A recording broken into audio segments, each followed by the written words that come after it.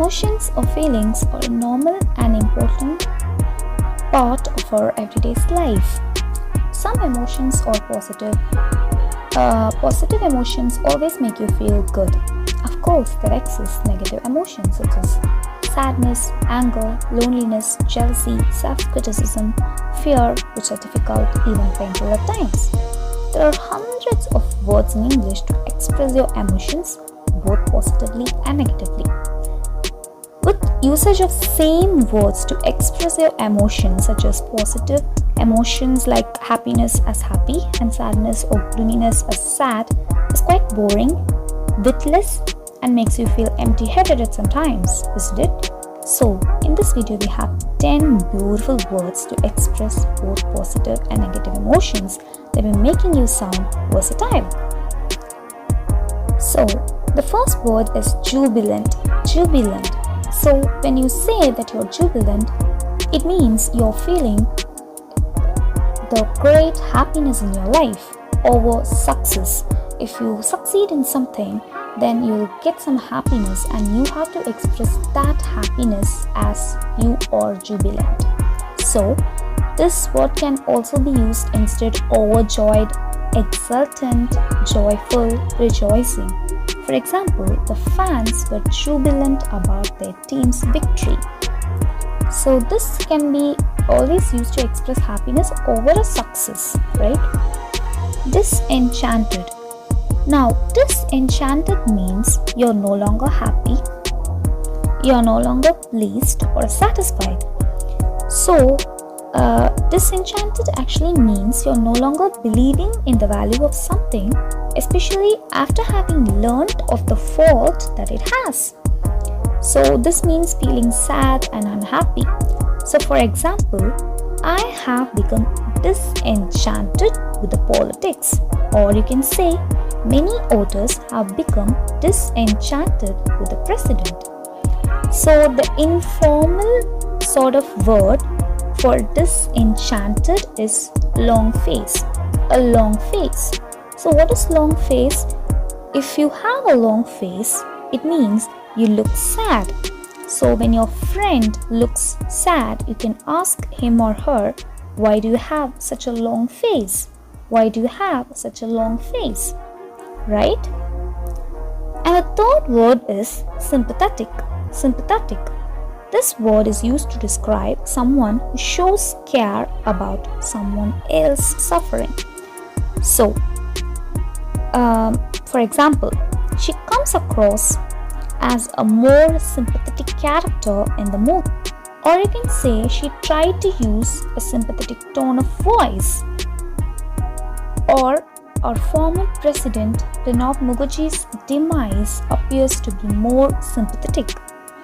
If you're describing a book or a film, be sympathetic. It means the character or described in such a way that you're able to understand the character's feeling, resulting in admiring them. So, for example, never been sick herself, she wasn't a sympathetic listener. So this example is used to express a person who is aggressive. So, never having been sick herself, she wasn't a sympathetic listener.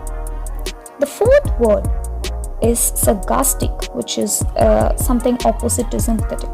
Sarcastic means a sharp, bitter or cutting expression or a remark which makes somebody feel hurt.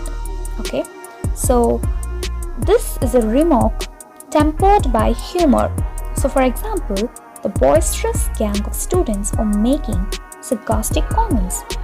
Or you can say his mouth was curved into an ironic smile. So ironic smile here means something peculiar and weird. The fifth word here is supportive. Supportive.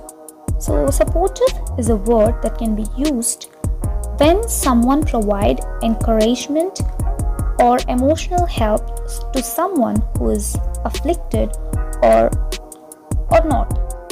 Supportive means someone who is encouraging, who is caring, who is understanding and reassuring. So for example, the students are extremely supportive to the staff. To be supportive is to give help or assistance to hold someone up. So for example, if your parents are supportive to you, then they will understand the dream of you to become a fashionist and they'll admit you in the fashion designing. Right? The sixth word here is resentful. Resentful, which is an opposite of supportive, which is a feeling of indignation and irritation. So if you're feeling indignant, especially when you're humiliated in the public, then you'll feel something bad, and that is what resentment means. It means you're feeling resentful. So resentment is a multi-layered emotion that has been described as a mixture of disappointment, disgust, anger, and fear. Okay, this resentful is an emotion that can be elicited in the face of insult or injury. So someone who is injured or someone who is insulted by someone, then we can say that emotion as resentment, or say the people feeling as resentful. Okay, for example, a resentful look, or employees are often resentful of working overnight, or you can say I feel very resentful about losing my job. The seventh word here is serene. Serene or serene, serenity, serene, which is calm, peaceful, tranquil, worried by nothing, and is always unstressed. Her eyes were closed and she looked very serene. Or you can say the serene sky above, or she has a lovely serene face. So the eighth word is sadistic. Sadistic, so which is something opposite to serene. Sadistic means deriving pleasures out of hurting someone or inflicting pain on someone else and deriving pleasures out of that. So an apt example for this is in the ancient India, Hitler took a sadistic pleasure in tormenting the Jews. So if someone acquires a sadistic behavior, it means they tend to display recurrent aggression and cruel behavior towards the weak and the oppressed. So sadists are the people who have the sadistic behavior. So they like seeing other people hurt. The ninth word here is fondness. Fondness. Fondness means affection, devotion, love, passion, or attachment. So for example, I remember the trip with great fondness. Or you can say, my fondness for my children allows me to forgive their faults. Or for example, the manager had a great fondness for his housekeeper, so he left her a fortune in his will. The 10th word here is abomination. Abomination. Abomination means something which looks disgraceful, horror, and outrageous. So it actually means something that causes disgust or loathing sensation. So something which is totally disgusting, feeling of hatredness.